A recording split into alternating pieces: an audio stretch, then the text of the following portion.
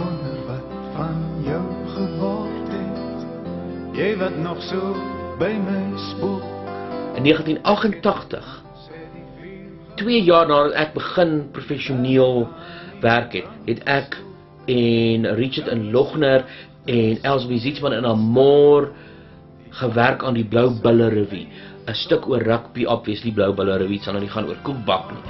En dit was 'n opdragwerk vir die Noord-Transvaalse Rugby Unie van daai tyd en ons het dan sketsies geskryf, almal het saamgewerk, geïmproviseer, workshops en goed gehad.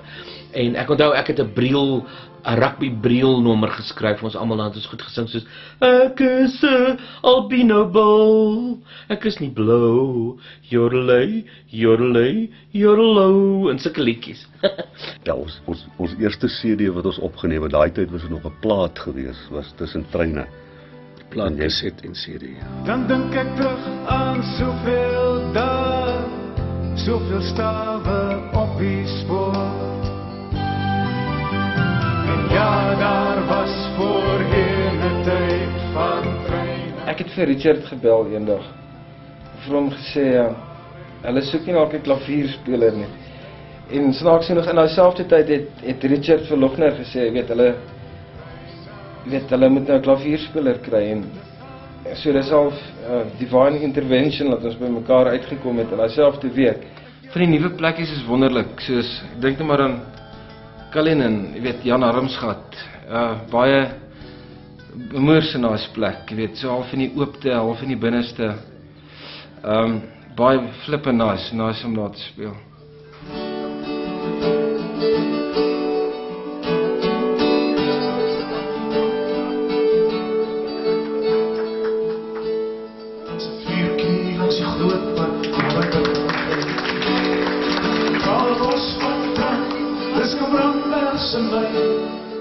Ons het hierdie ouens as studente begin support, jy weet, die kerkorgels en vir Richard en Logner en dit was die bloei van Afrikaanse musiek. Toe die manne by mekaar kom, dis 'n wonderlike ding wat gebeur.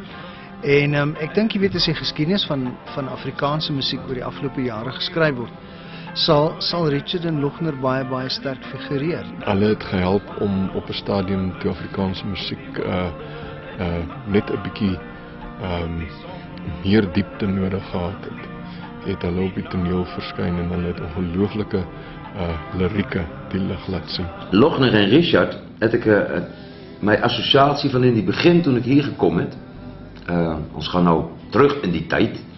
De eerste keer dat ik hier in Johannesburg gespeeld heb, het ik kom kijken. En dit heeft mij idee gegeven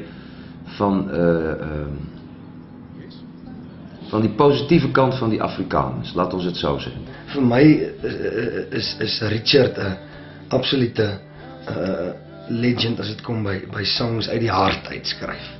En hulle los 'n merk op jou. Ja. Jy stap daar uit en jy weet jy het nou entiteite ontmoet en dit gaan vir ewig by jou wees. Ja.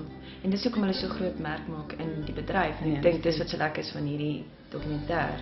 Dis want hierdie mense is belangrik vir die nuwe generasie soos ek en jy wat kom, die wat nog jonger is as ons, wat begin skryf en begin perform en studios oopmaak en act. Dis 'n ou met 'n stil gelaat en 'n besige kop. En 'n baie aangename mens, baie lekker om in sy omgewing, sy onmiddellike omgewing te wees. Maar Richard van die Westhuizen van my net, sê net vir my rustigheid, talent, warmte, vriendelikheid, pragtige stem, mooi musiek. Ja, musiek kom eers. Musiek kom eers. En dit is die belangrikste ding en dis hoekom my ouens survive en vir altyd daar sal wees en altyd sal survive. So in terme van bevrediging is dit vir my amper half genoeg om te weet nou nog, en dit is nou oor die 20 jaar, is daar jong mense wat tussen treine se woorde beter ken as wat ek het ken. Daar is my iets baie nice aan, en dat hulle nog steeds belade vir enkeling luister.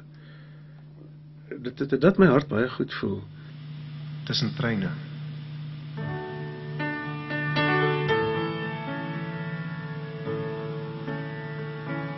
Ek wonder wat van jou geword het. Jy wat nog so by my spook. Ek weet net ons het die vuur gemaak, die wêreld aan die brand gestook. Nou is die nagte soveel stiller, die dae sal eie tol. Maar ons twee was die wilde windse blare. Ons kaartjies lê die hele wêreld vol. Tussen treine, tussen stasies, lê die leë spasies van die onskuld nou verlore. Ek vraag waar het alles begin, die ding van los wees voor die wind.